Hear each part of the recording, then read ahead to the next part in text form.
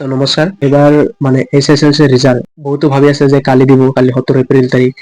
তো কালি দিব, কিন্তু বহুতো ভাবি আছে মানে কালি মানে SSLC ছাত্ৰ ছাত্ৰীসকলক মানে বুকুখন ধপধপাই আছে যে কালি দিয়ে নেকি ৰিজাল্ট। তো এতিয়ালৈকে বৰ্তমানলৈকে অফিচিয়েলি কোনো নটিচ অহা নাই। তো কালি দিয়াৰ সম্ভাৱনা একেবাৰে নাই। মোৰ মতে হিচাপে 20 তাৰিখে দিয়াটো একেবাৰে সম্ভাৱনা আছে। 20 তাৰিখে যদি নিদিয়ে 20 তাৰিখৰ পিছত তোমালোকে মানে পাবাই, ৰিজাল্টটো পাবাই। কিন্তু কালি 17 এপ্ৰিল তাৰিখ, কালি দিয়াটো মানে অসম্ভৱ। কালি নিদিব পাৰে মানে, যিহেতু অফিচিয়েলি এতিয়ালৈকে কোনো ধৰণৰ মানে অফিচিয়েল নটিচ অহা নাই এতিয়ালৈকে।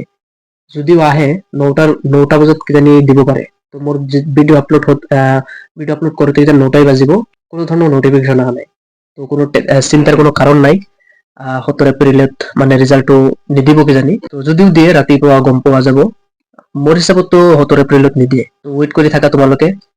20 এপ্ৰিলত তোমালোকে ৱেইট কৰি থাকা, সেইদিনা মানে দিয়াটো একেবাৰে সম্ভাৱনা আছে, যিহেতু মুখ্যমন্ত্ৰীয়ে ঘোষণা কৰিছিল যে 20 তাৰিখত আগত বা 20 তাৰিখতে দি দিব ৰিজাল্ট। মানে কোনো চিন্তাৰ কোনো কাৰণ নাই। 20 তাৰিখত নহ'লে 20 তাৰিখৰ পিছত পাই যাবা। কোনো চিন্তাৰ কোনো কাৰণ নাই। ধন্যবাদ।